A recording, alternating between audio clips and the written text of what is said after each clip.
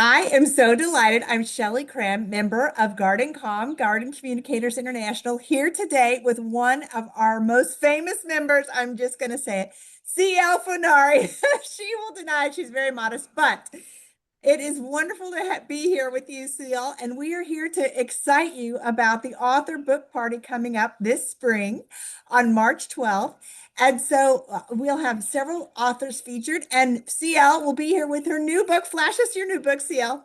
That's right. Oh, I'm so excited about this, Shelley, because first of all, it's always great to be with a group of other garden writers, and they're talking about we've got talking about cottage gardens and gardening for life and other topics, including hydrangea happiness.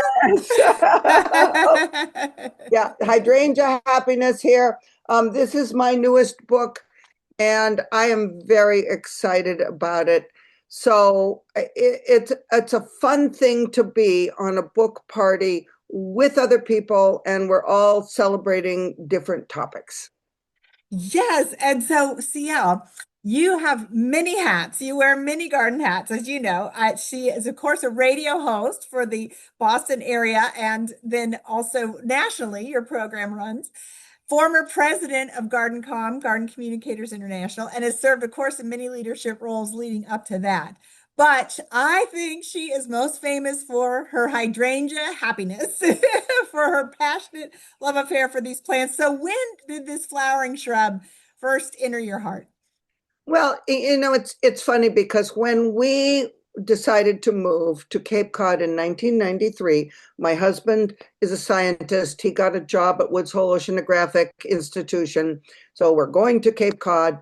And I told my good friend Wendy Clark, we're moving to Cape Cod. And she said, "Oh, now you can grow those outrageous blue hydrangeas." And and sure enough, when we came here, I could grow those outrageous blue hydrangeas. But that, frankly, Shelley, started me down a road of appreciating other hydrangeas, not just those big blue mop heads that are Cape Cod's signature flower, but all of the others, the panicles and the smooth hydrangeas and the oak leaf and the mountain, it opened my eyes. And this is one thing that you and I know we share, is that love of plants and gardens, that there's always something new to learn, right? Mhm. There's Mhm. always something new to learn, and what a blessing for us. So, Yes. yeah. So Yes. anyway, moving to Cape Cod started me down that road of learning about other varieties of hydrangeas as well. And in 2015, it led me to start the Cape Cod Hydrangea Festival, which is a 10-day celebration of summer gardens open to the public for the benefit of local nonprofits. Wow. Yeah. Wow. See, I told you she wears many hats. That's on my bucket list. Coming from hot Texas, I think it'd be a Yes, great fun to see the you have to hydrangeas in come. the summer. You know what, Shelley? We have many people who come from Texas, because coming from Texas to the Cape in July is a fun thing to do. Yes, yes, yes. Okay, so do you have any, do you keep them on the bush or do you dry them and preserve them? Do you bring them into vases? I Because you do. I bring them in and cut them. And in fact, you can see from the cover of this book, you see all those hydrangeas in bottles. yes. One thing I like to encourage people to do is to have their own flower show. And the beauty of all those species of hydrangeas is, as cut flowers, they last a long time. And in fact, if you cut some of them at the right time, they can last for years dried.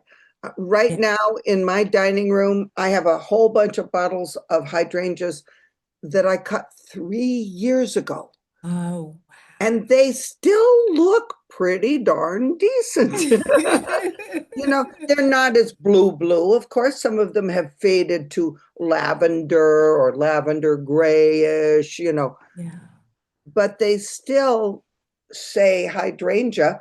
and there are still the panicle varieties that are kind of golden color. So these are plants that can bring you joy both outside and inside your home. See, these are the kind of tips you're going to get to hear when you come to the author book party next week. So we are excited to have you on March 12th.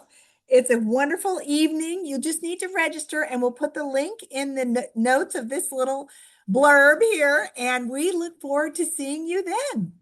Yes, I am so excited about seeing people. And one thing about that's great about these book parties, Shelley, is that toward the end of our time together, there are breakout sessions where you can go in a virtual room with the author of your choice and ask them questions, right? And that's a lot of fun because you often coast to coast don't get that opportunity to connect with an individual author and ask them, the question that's uppermost in your mind. Yes, one of our favorite features. So be sure to join us, and we will see you very soon. Happy gardening. Thank you. Thank you, Shelley. Take care.